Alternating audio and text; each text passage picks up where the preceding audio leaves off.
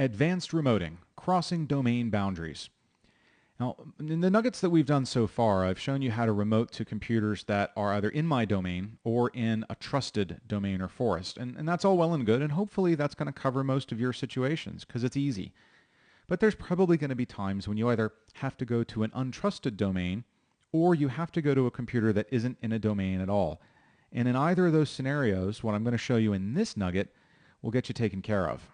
So we'll do this by starting with the trusted host technique. This is actually a less secure technique, but it's easy. There's some caveats about it. You know, you're essentially passing off your credentials to an unknown computer, and heaven only knows what it's going to do with them. So a more secure technique is to set up an SSL listener. Now, this is going to require us to get a certificate, install it, and make sure that both the originating computer and the remote computer trust that certificate. I'm also going to show you how to attach that certificate to a WinRM HTTPS listener and close the loop on this whole thing and make it happen. So here's what I want to simulate, or actually perform. I'm not simulating anything, we're going to really do it. I want to go from this computer via remoting to this computer. No trust relationship here. Now that means a couple of things are going to happen. It means that by default, my computer is not going to be able to verify the identity of whatever it is I connect to. I mean, it's going to send packets to that IP address, but it won't actually know that that computer is answering that IP address. In other words, I won't have mutual authentication. I need to fix that. And I'll either fix it by disabling the need for mutual authentication, which is what we'll do first using the trusted hosts list, or provide a mechanism for mutual authentication that doesn't rely on a shared Active Directory trust. And that mechanism is going to be SSL. So I'm actually going to request, download, and install an SSL certificate. Now, what I'm going to be doing is going to require me to go to a certification authority, an external one, and request a certificate. If that's a commercial CA, that might involve you paying for that certificate. You could also use internal CAs, and that makes a lot more sense, particularly if you can set up Active Directory Certificate Services, ADCS. It's free. It comes with the operating system. And if you use it in its Active Directory integrated mode, then you can actually have ADCS issue a certificate to every computer in that domain. And it'll be automatically installed and all ready to go. So you can make it very, very, very, very simple on yourself by doing that. And it does not require a gigantic PKI setup. You know, you don't have to set it up so that it can issue email encryption or smart card certificates or anything like that. You can keep it simple and use it to provide mutual authentication between computers that cross domain boundaries if you have a need for that. I'll be doing the majority of this nugget on my Windows 8 computer running PowerShell version 3. That's mainly for convenience because some of the administrative tools I need are already installed on this computer. Everything I'm going to be showing you applies to version 2 of PowerShell as well. So I really just want to do a quick and dirty way of getting to that foreign domain controller, and that quick and dirty way is usually to use the trusted hosts list. So let's get in and do that. I'm going to change to my WSMan drive, go to my local hosts WSMan configuration, get down to the client piece, and you'll see that I have this trusted hosts item which is empty. Now you can tell this is an item because it takes a string value. If this was something I could change into like a directory that contained additional items, it would be listed as a container. You've got a few ways you can do this. What needs to go in trusted hosts is whatever value you plan to use to connect to that remote machine. Now right now I do happen to know its IP address, but I want to be able to connect to it using its name. Well, to do that, I need to make sure its name can be resolved to an IP address because my computer does need to get an IP address at the end of the day to physically send bits at it. There's two pieces here. You need the IP address to send stuff across the network, but you want to use the name as a way of referring to it, and so the name is what you need to trust. So, and I'm going to show you something right now, and I'll show it to you again in a minute because I'll reinforce it then, but in my local domains DNS, I have set up a conditional forwarder so that any host in the foreign.pri domain will be sent off to this IP address, which is the foreign domains DNS server, for resolution. And what that means is I should be able to resolve the foreign domain controller name to an IP address. And just to test it,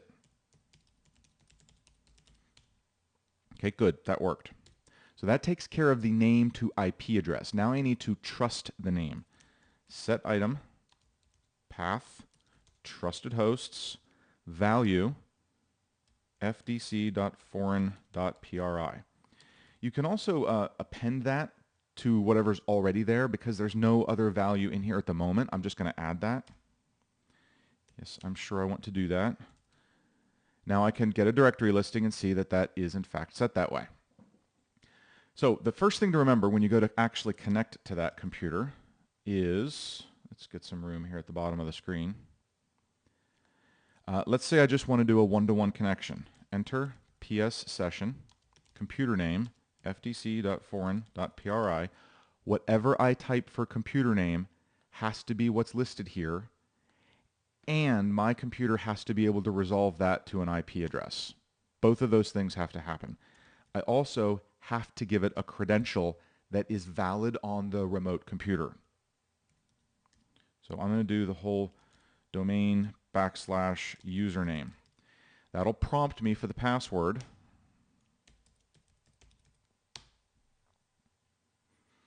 And I'm in.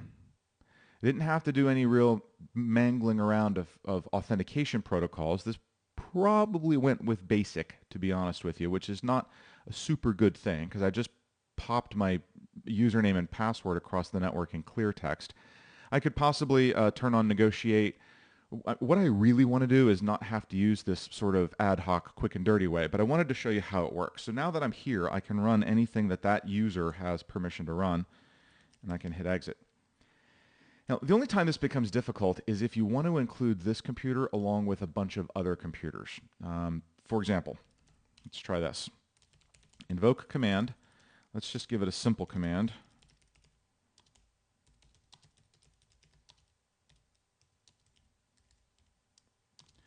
And we'll do computers dc.lab.pri, which is local. That's in my local domain. Member.lab.pri, also in my local domain. And fdc.foreign.pri, foreign domain. Now, that's trusted, but watch what happens when I try to do this. It can't connect to FDC because it can't process the request. I can't use Kerberos authentication.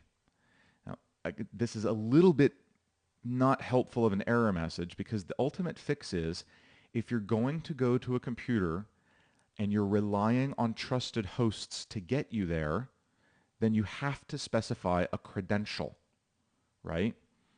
So the reason it says it can't get there is because it wasn't able to look this up in the local or a trusted domain for mutual authentication. If I don't want the mutual authentication, I plug in the trusted hosts, which I've done, but I must provide a credential. Now the problem is, if I supply this credential, that's not going to work on the first two computers. So some folks will just do this. No domain name. Okay, what's the password? Now it worked. Now there's a trick here. The only reason that worked is because both my lab domain and my foreign domain have a user named administrator, and that user's password is the same in both domains. That's the only reason this worked. It means each of the domain computers was able to look up, find an administrator user, and the password I supplied worked.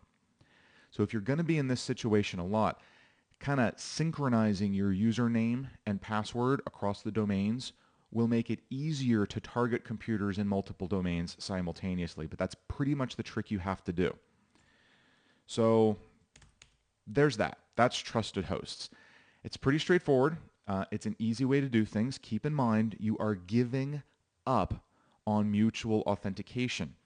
I don't actually know for a fact that I was sending credentials to the real fdc.foreign.pri. All it would take for someone to mess with me is hacking that DNS server, right? Remember, I put a conditional forwarder in. Open up. So if somebody was able to spoof DNS on that IP address, I would resolve fdc.foreign.pri from whatever they told me whatever address they gave me is the one I'm going to send my credentials to, and I'm not actually checking to see if that computer is really the one I thought it was. So this is definitely a potential security concern. You've got to be very certain that you've got control over the infrastructure and that it's impossible for someone to be spoofing that computer if you want this trusted hosts thing to be safe. So what's a lot safer is SSL. So I've moved over to my foreign domain controller at this point. I am going to open up a fresh MMC console because I want to generate a new SSL certificate request. It's also possible to do this remotely. So all you're going to do in either case is do add remove snap-in, add the certificates component, focus it on the computer account, and now because I'm on the computer, I'll pick local. If I was running this console on a client machine, I would choose another computer and provide the name of the server for which I wanted to create the certificate request. So we'll do this locally. Depending on where you run this, you'll get a couple of different options. You want to right-click over here, do all tasks, do not do request new certificate. You want to go under advanced options and create a custom request. And that's because you don't want an enrollment policy. In other words, I'm not pulling this out of my Active Directory PKI integrated certification authority. Now, if you are, you're going to have to go through that route of doing this. So exactly how you get hold of the certificate is going to depend a lot on how your environment is set up. I'm just going to cover this approach, which is using a non-AD integrated certification authority or certificate authority. I need to change some of the properties of this, give it a friendly name. The subject is important. We've got to make sure this is set to be domain is foreign, domain is PRI. Whatever I'm actually going to be using to access this. So that's the full distinguished name. And then on the private key side, my certification authority requires a 2048-bit key, and I need to make that exportable.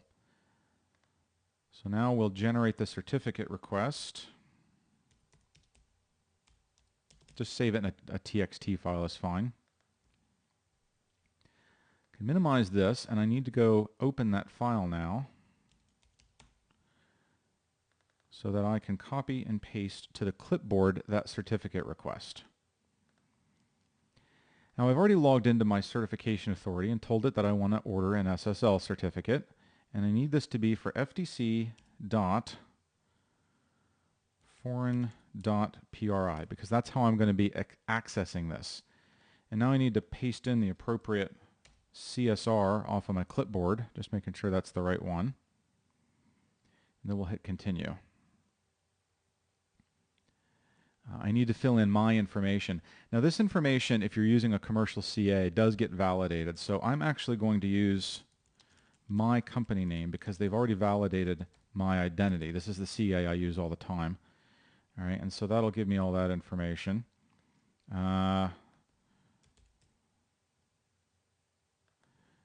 Okay, put in the valid phone number and all the other information. I agree.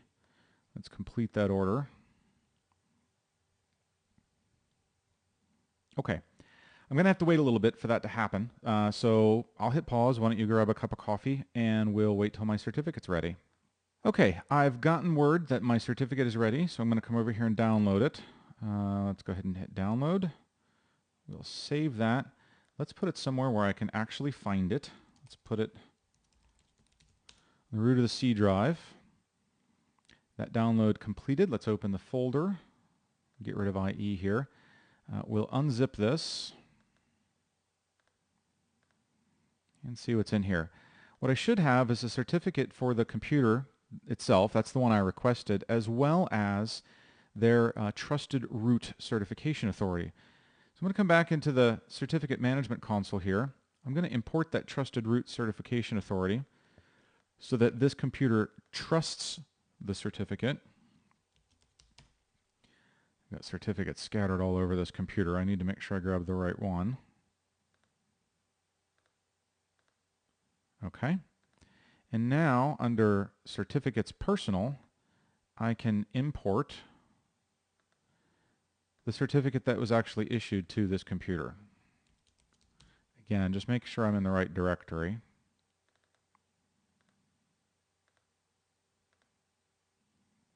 Perfect.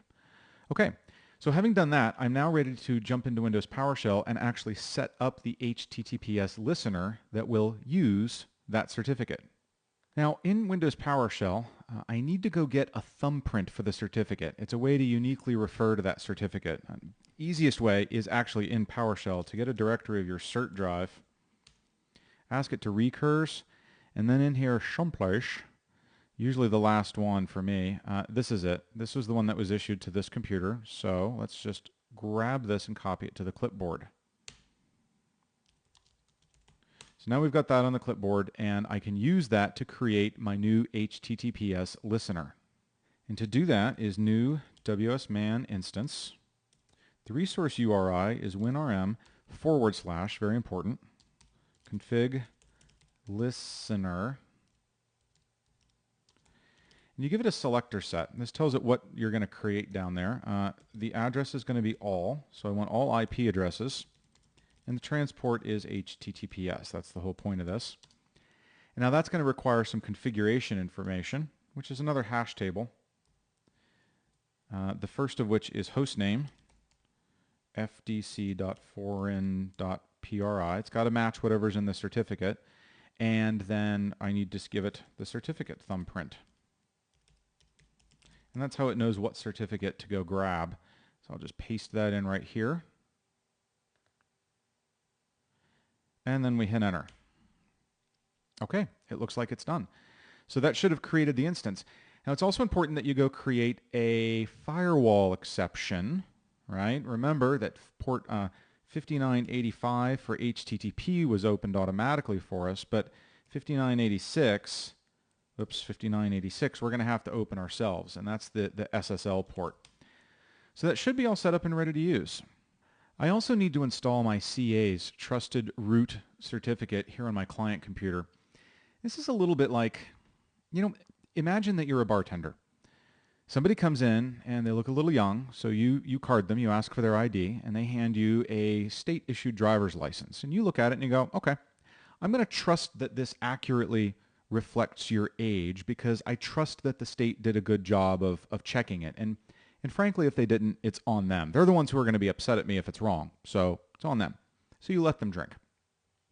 Now let's say another person walks in, also looks a little young. So you ask them for some ID, and they hand you their Boy Scout ID card. And you're like, look, I appreciate that you're Boy Scout and all that, but this is just a piece of paper that someone printed off on their computer at home. I have no guarantee that they actually checked your identity or your age. So I'm not going to accept this. You can't drink. What that means is you don't trust the certification authority. You don't trust the person who issued that ID. Well, I trust the CA that I'm using, and so I need to make sure my computer is aware of that trust. So I'm going to open up the MMC on the client computer, add remove snap-in. Now you don't have to do this manually. You could also do this through a group policy. You can actually push out trusted root certificates through GPOs, but I'll just do it locally here. Trusted root certification authorities. Let's import a certificate, and I need to grab, I've already copied it over here, the trusted root from them. Make sure it goes into the trusted root certification authorities store. There we go. And there's kind of a way you can check that if you want. Let's see if I can figure out how to get to the control panel in Windows 8. And we'll go to Network and Internet. I want to look at, oh, you can never figure this view out. Just show me all the icons. Internet options. Under Content, Publishers, Trusted Root Certification Authorities, I now have the DigiCert Global Root in there. See, that proves that this now trusts certificates issued by that CA. So that's the next step we needed to take. Let's get PowerShell popped open and we'll try this puppy out. The first thing I want to do is double check localhost client. Yeah, see, I've still got that trusted hosts entry in there. I want to get rid of that. Set item trusted hosts value empty string. Okay, that's gone now. So let's get back to my C drive and we can give this thing a shot. All right, I want to start by confirming that it doesn't actually work without the SSL. So let's give it a computer name, ftc.foreign.pri. Good, doesn't work. Now let's tell it to use SSL, and that does mandate that I provide a credential, foreign.administrator.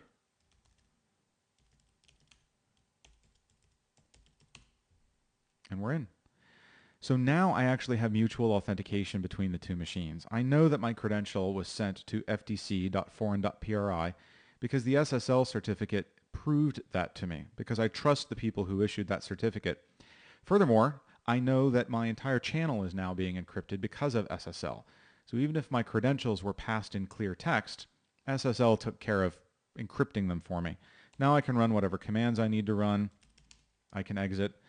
Now I'm good to go. Anytime I need to cross that domain boundary again, it has all been taken care of. That certificate will sit out there for however long I've allowed it to. I think my CA issues them with a 1-year expiration, so I might need to renew it from time to time.